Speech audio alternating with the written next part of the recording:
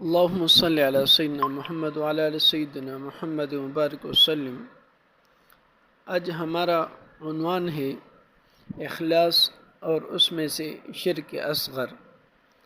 فقی ابو اللیث رحمہ اللہ اس باب کے ذیل میں فرماتے ہیں، حضرت عاصم بن محمود بن لبید سے آپ صلی اللہ علیہ وسلم کا ارشاد مروی ہے کہ آپ صلی اللہ علیہ وسلم نے فرمایا، مجھے تمہارے بارے میں سب سے زیادہ خوف شرک اصغر کا ہے۔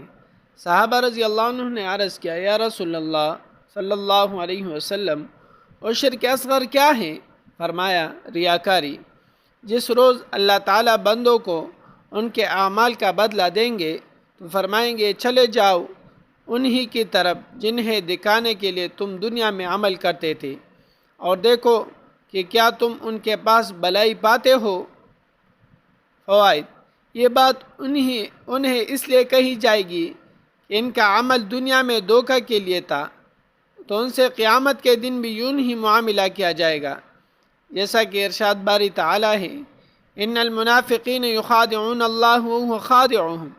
بے شک منافق اللہ تعالیٰ سے دھوکہ کا معاملہ کرتے ہیں، وہ بھی ان سے یہی معاملہ کرنے والا ہے، یعنی انہیں ان کے دھوکہ کا بدلہ دے گا کہ ان کے اعمال کو باطل کر دے گا، اور ان سے کہے گا کہ جن کے لیے تم نے عمل کیا ان کے پاس جاؤ، میرے پاس تو تمہارے اعمال کی جزا نہیں، کیونکہ تم نے خالص میری رضا کے لیے یہ عمل نہیں کیا۔ بندے کو اس کے عمل کا ثواب تو اسی صورت میں ملتا ہے جب وہ خالص رضا خداوندی کے حصول کے لیے عمل کرے گا۔ اگر اس میں غیر کو بھی شریک کرے تو اس کا بدلہ دینے سے اللہ کو کوئی سروکار نہیں۔ تو اللہ رب العزت ہمیں اپنے اعمال میں اخلاص نصیب فرما دے، اور اللہ رب العزت ہمیں اپنے اعمال میں ریاکاری سے بچا دے، ریاکاری سے بچنے کی توفیق عطا فرما دے۔